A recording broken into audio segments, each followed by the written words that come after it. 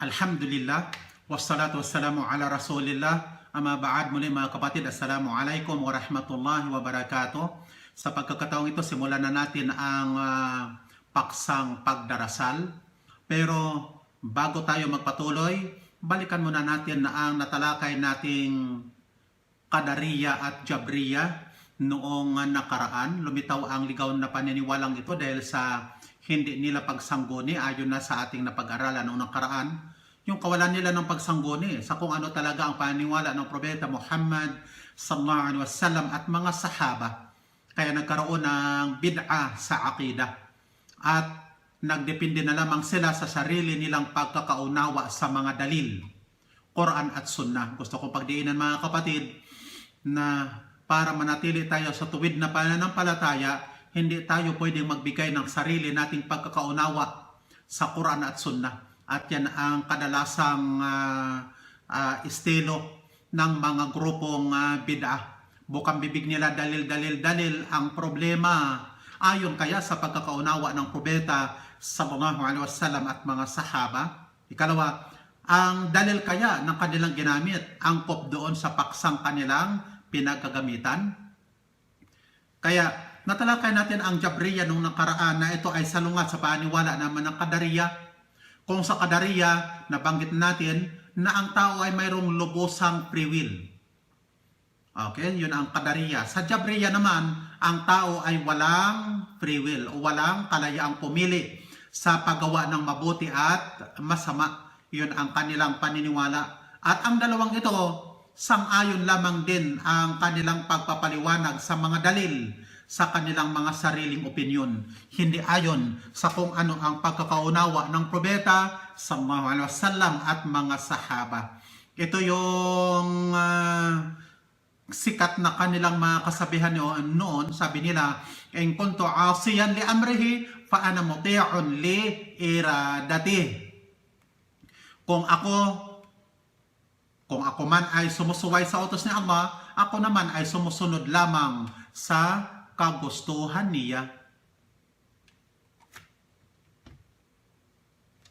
Sa isa pang aya, ito'y aya sa Quran na mayroong silang sariling paliwanag. Qala ya iblis wa ma mana'aka an tasjuda lima khalaqtu biyaday. At ito'y aya. Ang kanilang paliwanag, ito ay nakakapanindig balihibong paliwanag. Huwallahu mana'ahu walau qala iblisu dalika lakana sadiqan wa qad akhta iblis al-hujjah walau kuntu hadiran laqultu lahu anta mana'tahu.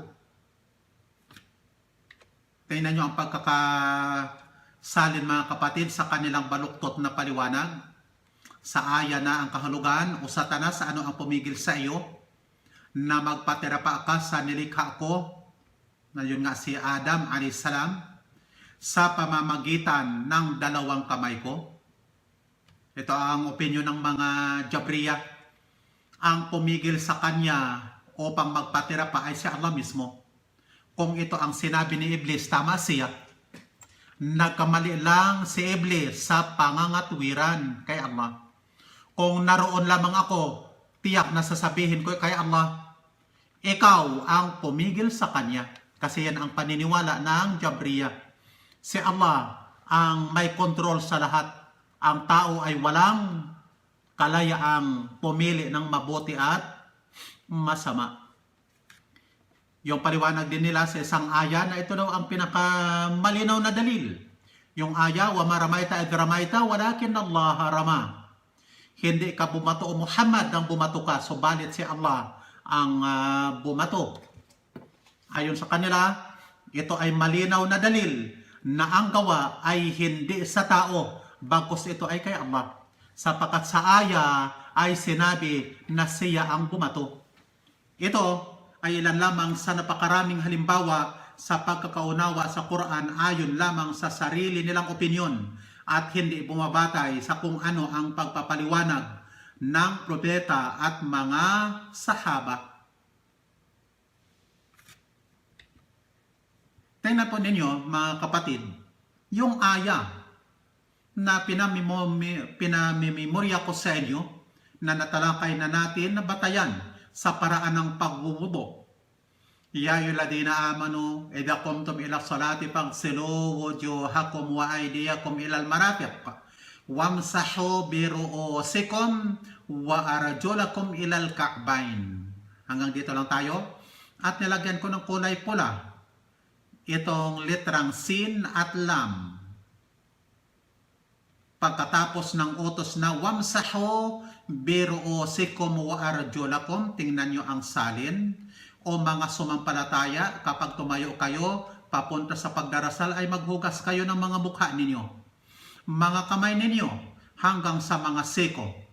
Humaplos kayo sa mga ulo ninyo at mga paa ninyo hanggang sa bukong-bukong.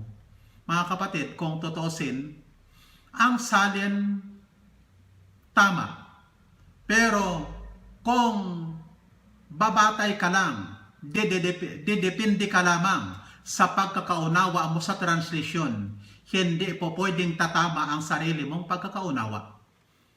Ano ang tinutukoy ko dito? Na pag-aralan na natin mga kapatid, ang apat na bahagi ng katawan na obligado nating hugasan sa pagwuwudo na binanggit dito sa aya na pinamemorya ko sa inyo. Ang una, hugasan ninyo ang inyong mga mukha at mga kamay ninyo hanggang sa siko. Okay? Malinaw na ang kamay hanggang siko hugas kasi ang unang inutusan ay mukha. Alam na hugas din ang kamay hanggang siko kasi sa salitang at mga kamay ninyo hanggang sa mga siko. Sunod na utos, humaplos kayo sa mga ulo ninyo. Anong utos sa ulo? Haplusin lang, punasan lang. At mga paa ninyo hanggang bukong-bukong. Ang katagang at mga paa ninyo, makikita natin ang pakahulugan doon ay haplusin din ang ating mga paa hanggang bukong-bukong. Kaya tingnan nyo ang pandaraya ng mga Shia. Pandaraya ng mga Shia. Lalapit sila sa isang bagong Muslim, pabasahin ang aya na ito.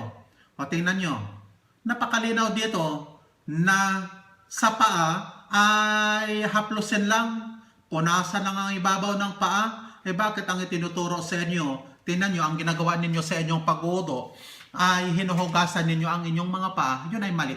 Walang batayan yun sa Quran. Pero kung mapapansin ninyo, yung sinabi ko kanina ang Arabic, wamsahu bi ru'usikum. Ang utos na wamsahu, punasan ninyo gumagamit ng bi. Ang bi na yan, kabilang yan sa mga prepositions ng lingwaheng Arabic. At ang susunod na noun, ruos o mga ulo, noun. Ang susunod na mga noun, kinakailangan siyang kasra. Yan ang tinatawag na genitive case.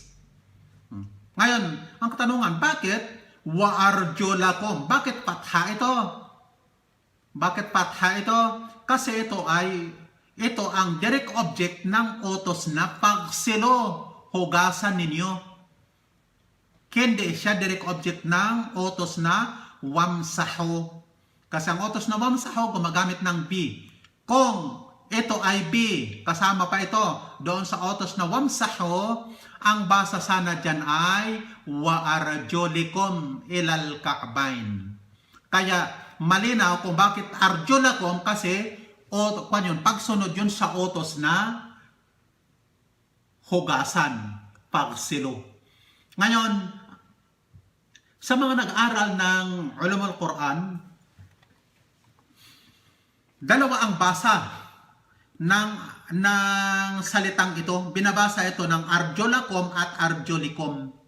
Sa basang arjulikum, yun ay pagsunod sa utos na napag-aralan na natin, pagpunas sa ibabaw ng al-khuf. Kung may suot kang sapatos sa kapanahon ng propeta noon na sa panahon natin sa ngayon, katumbas sa medyas o kaya yung mga sapatos na high-cut kagaya sa military shoes, yung combat shoes, pwede kang magpunas sa ibabaw ng sapatos. Kaya yun ang dalil na atin ang napag-aralan noon sa pagpupunas sa al-khuf na ang Propeta Muhammad sallallahu alaihi wasallam ay nagpupuna sa paa kapag mayroon siyang suot na al-khuf. At yun ang kahulugan ng basang wa arjulikum ilal ka'bayn. Ngayon, ang dalil ng mga Shia, ginagamit nila itong dalil bilang ang basa daw ay wa arjulikum, nang ibig sabihin punasan ninyo ang inyong mga ulo at ang inyong mga paa, na sa paa daw ay punas. Walang dalil sa ginawa ng Propeta Muhammad sallallahu alaihi wasallam na nagpunas siya sa kanyang paa ng walang suot na al-khuf. Kung walang suot na al-khuf, kanya itong hinuhugasan. Kaya makikita ninyo mga kapatid, ang simpleng paraan ng pagkakaligaw at pagkasadlak ng mga Muslim sa bid'a dahil nga sa sariling pagkakaunawa sa dalil. May dalil nga pero nagbigay ng kanyang sariling pagpapaliwanag. May dalil nga kaso nga lang hindi naman yan nauunawaan. Bilang karagdagan sa mga hindi naunawa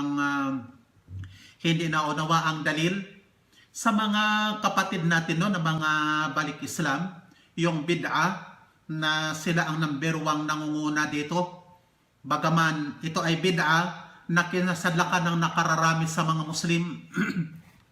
Yung aya na inyong makikita dyan, Inni ana rabbuka fakhla'na 'alayk innaka bil wadil muqaddas tuwa. Ito ay salita ni Allah subhanahu wa ta'ala kay Musa alayhis salam na naroon siya sa lambak na tinatawag na tuwa. Maghubad ka, sabi sa kanya, ng iyong mga panyapak. Tunay na ikaw ay nasa banal na lambak ng tuwa. Ito ay sa Surah Taha number 12. Ang dahilan sa ganitong bid'a mga kapatid, dahil sa nakikita nating patakaran ng mga masjid, ito ay patakaran ha, hindi ito bahagi ng pagsasala. Ito ay mga polisiya ng masjid. Patakaran upang hindi madumihan ang masjid. Kung ipasok natin ang sapatos, kasi sa panahon ng Propeta Muhammad sallallahu alaihi wasallam, ang mga masjid noon ay wala namang carpet. Hindi pa uso ang semento, wala pa namang mga tiles. Sa panahon sa ngayon, kung ipasok mo ang iyong sapatos sa masjid, pagagalitan ka dyan ng mga nangangasiwa sa masjid kasi dudumihan mo ang masjid. Ngayon, kung ang masjid mo kunyari, ang kanyang flooring ay lupa lang, graba lang, hindi mo kinakailangang maghubad. O kaya, nagsasala ka sa lupa o sa lugar na pwede namang magsuot ng sapatos, hindi mo na kinakailangan panghubarin. Bagpos, sinabi ng Propeta Muhammad sallallahu alaihi wasallam na ang mga Yahud kung sila ay magdasal, hinuhubad nila ang kanilang mga suot sa paa. Ano sabi ng Propeta? Salungatin ninyo ang mga Yahud. Sa aking umma ay inuutusan na magsuot ng kanilang mga kasuotan sa paa habang sila ay nagdarasal. Ngayon, sa mga patakaran ng mga masjid, hindi pwedeng ipasok ang mga sapatos sa pagsasala. Kaya inakala ng maraming mga Muslim na ang paghuhubad ng sapatos ay bahagi na ng sala. Yun ang buong akala. Samantalang, iyon ay mga palisi lamang ng mga masjid. Ang mga balik Islam naman, naghanap ng dalil sa Quran at Biblia. Kaya kung maalala ninyo, nang pumunta si Pangulong Duterte sa Marawi City noon, pumasok sa masjid ng nakasapatos, umani yun mga kapatid, ng batikos mula sa mga kamusliman. Bakit? Kasi ito ay bid'a na ang akala ng mga Muslim, bahagi na ng pagsasala, kinakailangang maghubad. At pagalang daw sa masjid dapat walang sapatos. Samantalang hindi naman talaga labag sa Islam ang ginawang pagpasok ng Pangulo sa masjid na nakasapatos. Karagdagan pa po mga kapatid, bago tayo dadako sa pagdarasal. Yung tinalakay ninyo kahapon sa tafsir na Suratul Kawthar, yung aya na fasalli li rabbika wanhar, fasalli li rabbika wanhar. Ang aya na ito sa Quran na ang kanyang pakahulugan Ang translation kasi nito sa English ay pray to your Lord and sacrifice. Ang Arabic niya mga kapatid, at alam na ninyo, memoryado ninyo ang meaning nito kasama ang tafsir. Ang pautos nito sa Arabic na wanhar, malinaw at tiyak ang tinutukoy na pag-aalay ng hayop, yung hayop na kakatayin. Pero ang salin sa English na sacrifice, ang word na sacrifice, nakalalamang sa pakahulugan ng mga nagbabasa ng English, yung mga English reader. Kasama na dyan ang mga Pilipino. Ang kahulugan nito ay sakripisyo sa ating salita, pagpapasakit, pagtitiis. Kaya malaki ang posibilidad na ang pakahulugan nito sa mga nagbabasa ay pagtitiis. Kaya mayroong isang kilalang mangangaral ng Islam na hindi na natin kailangang banggitin ang pangalan. Kung tutusin siya ang pangunahing may malaking na-contribute sa pangangaral ng Islam sa Pilipinas. Aktibo siya sa pangangaral noong panahong siguro ang karamihan sa inyo ay hindi pa ipinanganak. Hindi pa ipinanganak.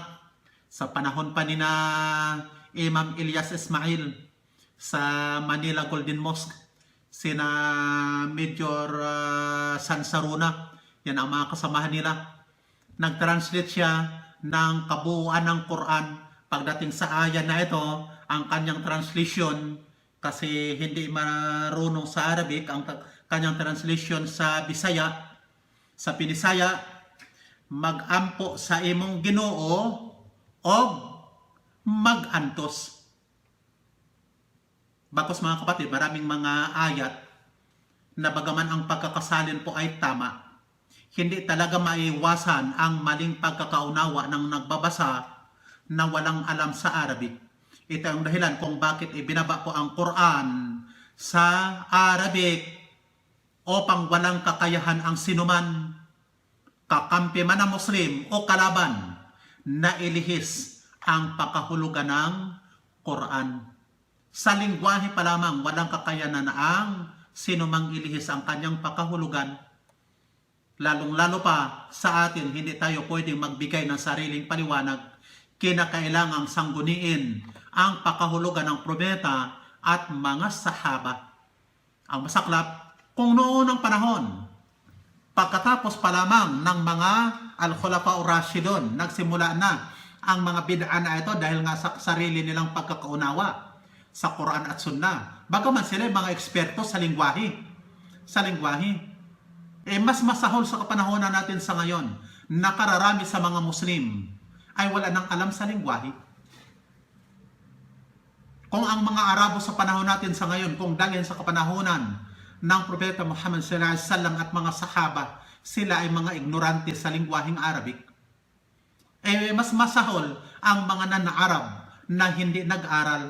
Mayroon pang isang balik Islam na ini-encourage kong pag-aralan. Mag-aral ng Arabic. Mag-aral ng Arabic. Sabi niya, Brad, hindi ko kinakailangan yan. Ito, marami akong mga Quran, iba't ibang mga salin. Mayroon akong napakaraming translation sa English. At mayroon akong Quran na 2 salin sa Tagalog. Hindi ko na kinakailangan pag-aralan pa ang Arabic. At ang salitang ito ng isang balik Islam, pangkaraniwan sa nakararami sa mga Muslim. Mentalidad na lamang ng mga Muslim sa ngayon, ang Quran naman ay naisalin sa iba't ibang mga wika. Sa sarili kong lingwahe mismo ay mayroon mismong salin sa Maranao, mayroon mismo sa Tausog, mayroon sa Manggidanaw, sa mga Kabisayaan naman, mayroon namang translation sa Bisaya, mayroon namang Tagalog. Hindi ko na kinakailangan pag-aralan pa ang Arabic. Hindi na kinakailangan. Pero kung tutusin, malaking ang translation, kung tutusin, ang negatibong epekto niya, bid'ah, doon sa mga nagbabasa, ayon lamang sa kanyang sariling pakahulugan at translation pa.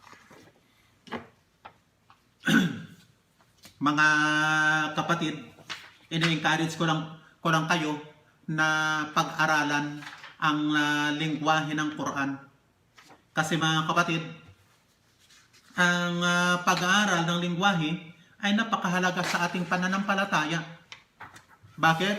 Dito sa ating topic nito sa fiqh, paraan ng pagdarasal, napakahalaga mga kapatid.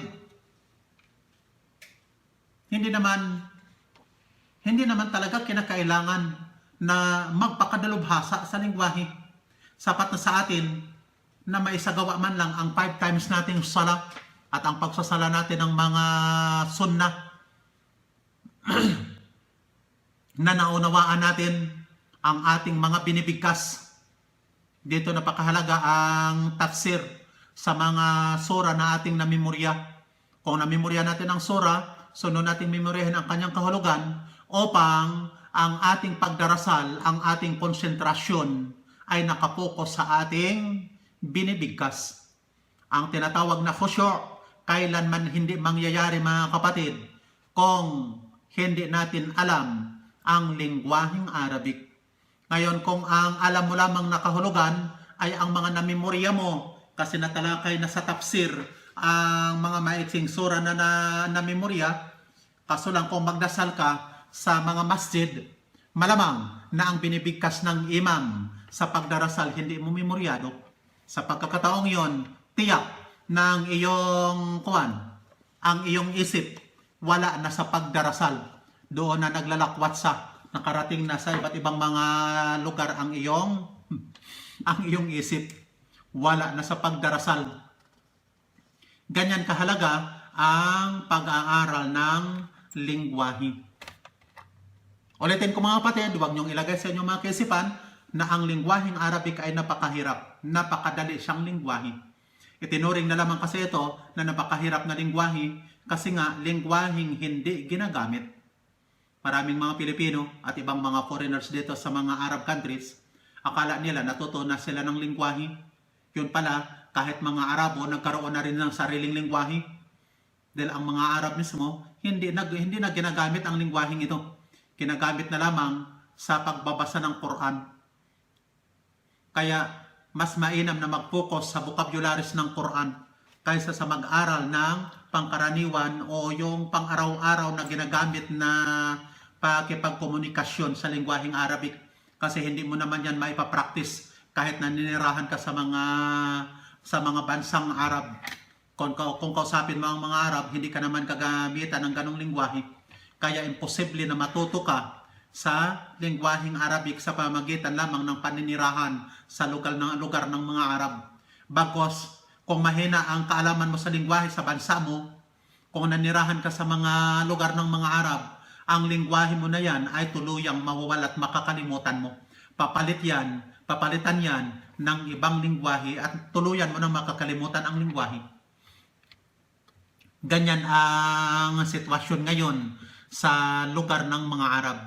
Kaya kahit mga Arab itinuring nila ang lengguwaheng ito ay napakahirap. Kasi nga, hindi siya ginagamit. Magpapatuloy na tayo sa ating paksang pagdarasal na kung saan sa paksang ito, okay, ang unang bahagi dyan ng paksang pagdarasal hanggang 5 masaalayan. Ang una nating tatalakayin dyan ay ang kahulugan ng pagdarasal o sala, ang kanyang kabutihan at ang pagiging obligado ng 5 beses na pagdarasal. Ang kahulugan nito na inyong makikita sa screen, ang sala, sa kahulugan nitong panglingwahe ay dua na sa ating lingwahe ay panalangin. May mga ayat sa Quran na binabanggit ang word na sala, pero ang tinutukoy doon ay dua o panalangin.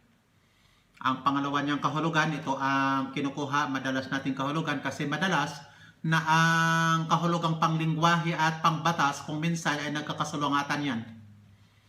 Kaya nabanggit ko noong una pa na madalas sa mga terminolohiyang Islamiko, dalawa palaging kahulugang ito ang ibinibigay ng mga maalam sa Islam, panglingwahe at pangbatas. Sa pangbatas, ang kahulugan ng sala, ito ay isang pagsamba na mayroong mga salita at gawang natatangi. na magsisimula sa takbir at magtatapos sa taslim. Yan ang kahulugan ng sala. Ang kahalagahan naman nito, ang padarasal, mga kapatid, ay kabilang sa pinaka tiyak na haligi ng Islam. Ito ang ikalawang haligi ng Islam. Kabilang sa kanyang kahalagahan, ito ay inobliga ni Allah subhanahu wa ta'ala sa kanyang propeta sallallahu alaihi wasallam sa gabi ng Mi'raj sa itaas ng 7 mga langit. Ito ay tanda sa kahalagahan nito sa buhay ng Muslim. Ang propeta pa raw bilang kahalagahan ng pagdarasal, kapag dinapuan ng anumang suliranin, anumang mga problema, siya ay nagpapakupkop sa pagdarasal. Nabanggit sa maraming mga hadith ang kahalagahan at paghihimok, pag-i-encourage sa pagdarasal. Kabilang dito yung hadith na sinabi ng propeta Muhammad sallallahu alaihi wasallam, as-salawatul khams wal jum'atu ila al-jum'ah wa ramadanu ila ramadana mukaffiratun lima bainahunna majtunibatil kabair. Ang 5 pagdarasal at ang Jum'ah hanggang sa Jum'ah. Ang Ramadan hanggang sa Ramadan ay panakipsala sa anumang nasa pagitan niyon hanggat iniwasan ang malalaking kasalanan.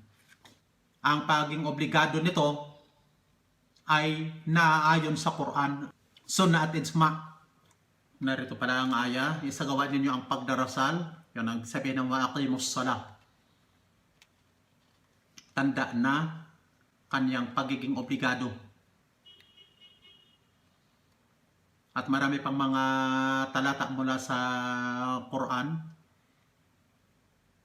Sinabi pa na ni Allah subhanahu wa ta'ala sa kanyang propeta sallallahu alaihi wasallam, "Qul li'ibadil ladina amanu yuqimus salah." Sabihin mo sa mga lingkod ko na mga sumampalataya na magsagawa sila ng pagdarasal. Surah Ibrahim, number 31. Tapos itong hadith, yung hadith yan sa Mi'raj, ang inyong nakikita, hiya khamsa wa hiya khamsun, ito ay 5 subalit ito ay 50. Na ang meaning nito, bagapan 5 ang ating pagdarasal, ang kanyang gantimpala ay 50. Nasasaad din itong hadith na ito na inyong nakikita sa Sahih al-Bukhari at Muslim. Ang salita ng propeta sa nagtanong sa kanya tungkol sa Islam, sinabi niya ang kanyang tungkulin. Sabi niya ang kahulugan, 5 pagdarasal sa araw at gabi. Sinabi pa ng nagtanong, mayroon pa ba akong iba pang tungkulin maliban dito? Sinabi ng propeta sallallahu alaihi wasallam, wala na maliban sa voluntaryo, yung mga sunna na pagdarasal. Kaya obligado ang pagdarasal sa Muslim. Dito natin makikita at ang obligasyong ito ay nasa sa mga Muslim na nasa hustong gulang, matino, hindi baliw.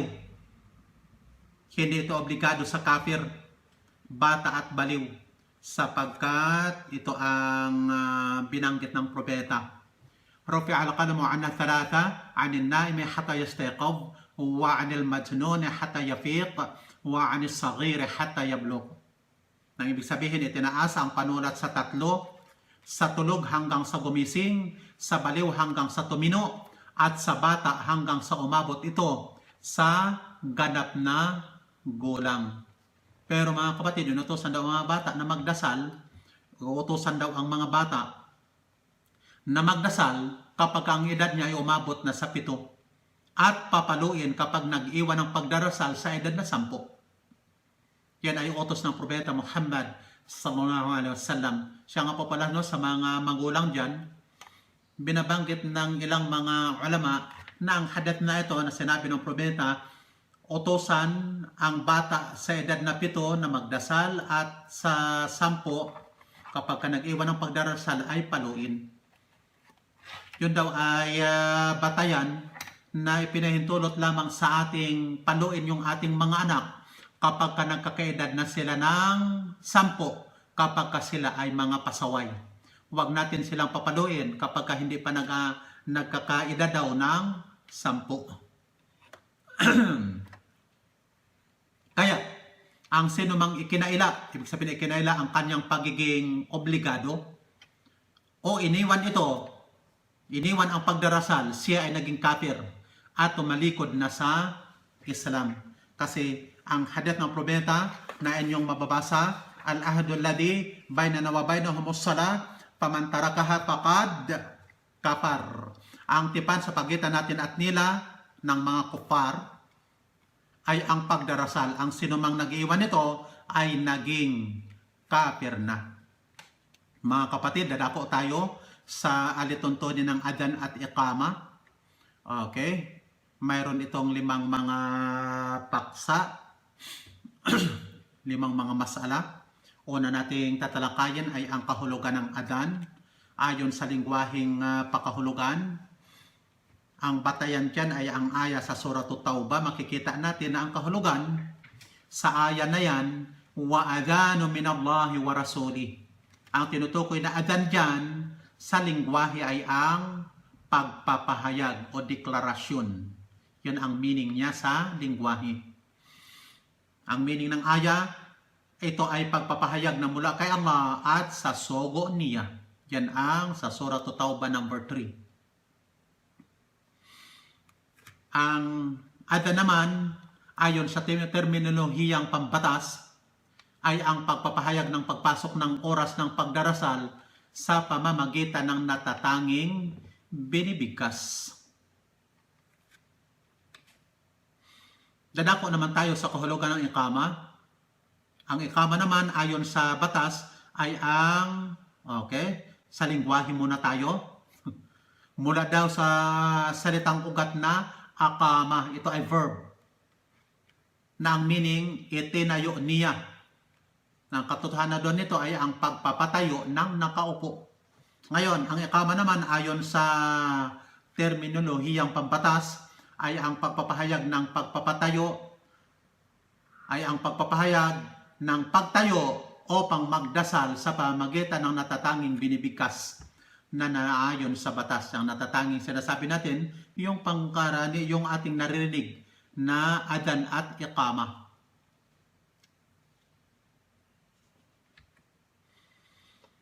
Ngayon, dadako tayo sa kahutulan ng adan at iqama. Okay, ang adan at iqama, ang kahutulan yan ay fardo kifaya. Dadako tayo sa ikalawang paksa, yung mga kondisyon upang magkamisa ang adan at ang iqama. Ang una dyan ay ang Islam. Hindi ito magkakabisa sa isang kafir. Kinakailangang Muslim ang nag-aadan. Pangalawa, katinuan. Ang meaning, hindi ito magkakabisa sa baliw. Hindi pwede ang baliw o kaya lasing at bata. Kasi ito ay kabilang sa kondisyon ng lahat ng mga ibada at ang adan ay ibada. Pangatlo, lalaki. Hindi ito magkakabisa sa babae dahil sa tuksong dulot ng boses daw ng mga kababaihan. Gayon din sa babae dahil sa hindi tiyak, yung binabae pala. Yung mga binabae o yung mga bading, mga bakla. Kasi hindi daw tiyak ang kanilang pagiging lalaki o kaya pagiging babae. Ang pang-apat, ang adan ay nasa oras ng pagdarasal. Okay? Hindi ito magkakabisa bago pa pumasok ang oras ng pagdarasal, maliban sa unang adan ng Fajar at Jum'ah na ipinahintulot bago pa ang oras. At ang iqama ay oras ng pagnanais ng magdasal. Yun ang iqama. Ang adan, yun ang ikalima, ay maayos na magkakasunod. Ayon doon sa pagkakasunod na binibigkas sa adan.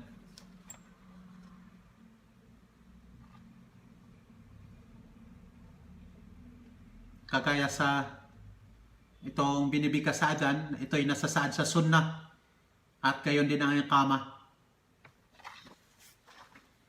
Ang adan ika-6 at iqama, hindi ito pwede sa ibang lingwahe. Kinakailangan ang lingwaheng Arabic. Dadako tayo sa susunod na masala, yung mga kanais-nais na katangian ng isang muadzin. Kinakailangan nakatagtaglay ng ganitong mga katangian ang mga nag-aadan.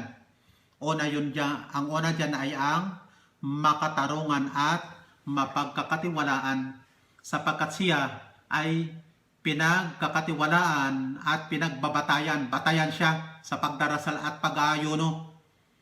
Hindi makatitiyak sa mandaya siya sa pag-aadan kung hindi makatarungan ang isang muadzin at hindi mapagkakatiwalaan.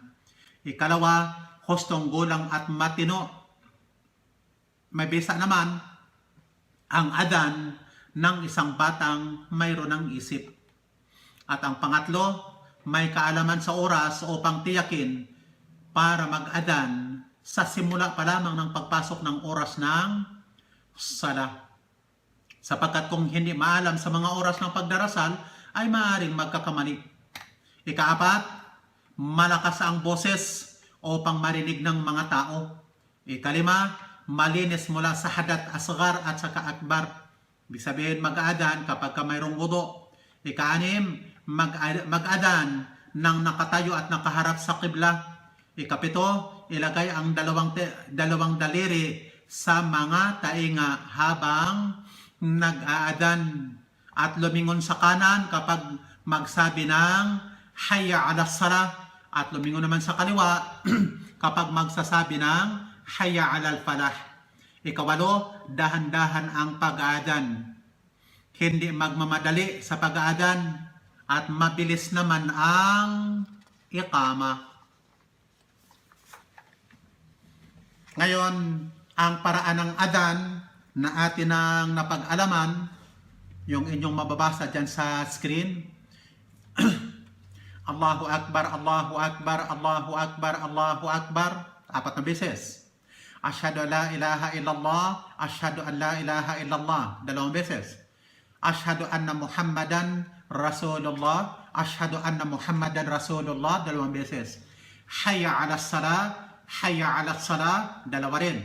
Hayya ala falah, hayya ala falah. 2 rin. Allahu Akbar, Allahu Akbar. 2. La ilaha illallah. Yan ang adan at yan naman ang iqama. Allahu Akbar, Allahu Akbar. Ashhadu la ilaha illallah, ashhadu anna Muhammadar Rasulullah. Hayya 'alas salah, hayya 'alal falah. Qad qamatis salatu, qad qamatis salah. Allahu Akbar, Allahu Akbar. La ilaha illallah. Okay? Ngayon, ang paraang ito ng adan at iqama, ito ay mayroong dalil ayon sa ulat ni Anas na nagsabi, Umira Bilal ay yashfa' al-adan wa ayotir al-iqama illa al-iqama. Okay, inutusan si Bilal na gawing tukol, ibig sabihin paris. Ang adan at gawing gansal, ibig sabihin yung odd number, gansal. Ang iqama, maliban sa iqama. Ang iqama, maliban sa iqama. Ano tinutukoy diyan ng propeta? Gansal ang iqama, maliban sa iqama. Okay, ang mga salita sa adan kasi ay 2 ulit at ang mga salita sa iqama ay 1 ulit maliban sa ilal iqama. Maliban sa salitang qad qamatis salah, qad qamatis salah, na maging 2 beses itong babanggitin ayon sa hadith. Ito ang pangaraan ng adan at iqama na kanais-nais, sapagkat ganito ang adan daw ni Bilal, mga kapatid. Ganito ang adan ni Bilal, na natili man siya o naglalakbay na kasama ng propeta Muhammad sallallahu alaihi wasallam hanggang sa namatay. Maaring hinaan ang tinig sa doon daw sa syahadatan ng adan at ulitin ang mga salita sa iqama, sapagkat ito yung pagkakaibang ipinahihintulot. Kanais-nais din sa adan ng Fajr na pagkatapos ng Hayya 'alal Falah na idagdag ang as-salatu khairum minan naum ng 2 ulit. Ito'y ayon sa narisyon ni Abu Mahdura na sinabi ng Propeta Muhammad sallallahu alaihi wasallam. Ganito ang ating mababasa, inyong makikita sa inyong mga screen. In kana fi adhan as-subh qulta as-salatu khairum minan naum. Kapag sa adan ng subh o sala sa Fajr ay sabihin mo as-salatu khairum minan naum. Mga kapatid, ito ang panghuli. Kanais-nais sa sinumang nakarinig ng adan na bigkasin din ang kagaya sa binibigkas ng muaddin. Ito yung hadith na binanggit ng propeta sallallahu alaihi wasallam. Idza sami'tumun nida faqulu mithla ma yaqulu al-muaddin. Kapag narinig ninyo ang tawag ay sabihin ninyo ang sinasabi ng muaddin. At pagkatapos ay magbigay ng salawat sa propeta at bigkasin ang dua na inyong nakikita. Siguro ang nakakarami na sa inyong mga kapatid, memoryado ang dua na iyan. Okay? Allahumma rabbi hadhi da'wati tama was-salati al-qa'imah ati Muhammadan al-wasilata wal-fadila wa ba'athu maqaman mahmudan alladhi wa'adtah. Ang kanyang kahulugan, hindi natin na-type. O Allah, Panginoon ng kompleto o sakdal na da'wa na ito o paanyayang ito, paanyaya yung adan.